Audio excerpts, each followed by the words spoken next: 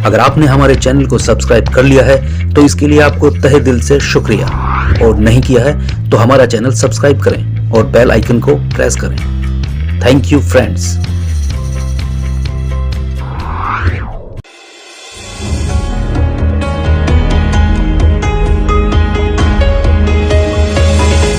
दोस्तों, स्वागत है आपका रेड फ्रेम क्रिएशंस के सेगमेंट जीवन दर्शन में। और आज की प्रेरक कहानी है शिकारी स्वयं शिकार।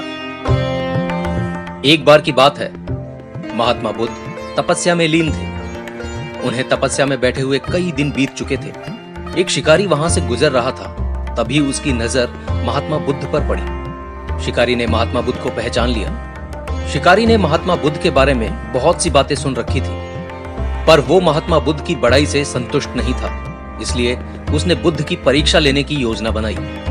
शिकारी ने महात्मा बुद्ध को एक छोटा सा पत्थर फेंक कर मारा, पर महात्मा बुद्ध ने कोई प्रतिक्रिया नहीं की, क्योंकि उनका मानना था कि तकलीफ शरीर को होती है, आत्मा को नहीं। अतः शिकारी द्वारा फेंके गए पत्थर के कारण शरीर को कष्ट हुआ, किंतु आत्मा को नहीं। शिकारी कुछ समय सोचता रहा कि महात्मा बुद्ध कुछ प्रतिक्रिया करेंगे, किंतु महात्मा बुद्ध अपनी तपस्या में लीन थे। उन्होंने कोई प्रतिक्रिया नहीं की। शिकारी ने फिर से पत्थर फेंका। वो पत्थर महात्मा बुद्ध की आंखों के ऊपर लगा और उस जगह से रक्त बहने लगा। महात्मा बुद्ध को आभास हुआ कि उनके शरीर से रक्त बह रहा है, किंतु वे फिर भी अपनी तपस्या से नहीं उठे। शिकारी को गुस्सा आया और उसने पुनः एक और पत्थर महात्मा बुद्ध की ओर फेंका। महात्मा बुद्ध के शरीर से अब और अधिक रक्त बहने लगा। इतनी पीड़ा महसूस कर महात्मा बुद्ध की आंखों से आंसू निकलने लगे। शिकारी ने महात्मा बुद्ध के पास जाकर पूछा, आपको जब मैंने पत्थर मारा तो आपने कोई प्रतिक्रिया नहीं दी?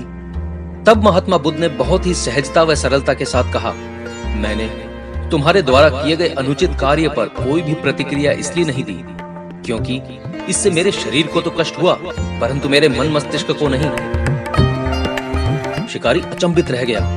उसने पूछा, फिर आपकी आंखों से आंसू क्यों बह रहे हैं? इस पर महात्मा बुद्ध ने पुनः कहा, तुम्हारे द्वारा किए गए अनुचित कार्य के परिणाम के बारे में मेरा मस्तिष्क और मेरी आत्मा विचार कर रो रही है कि तुमने इतना बड़ा पाप किया है, तुम्हें इसकी कैसी सजा मिलेगी?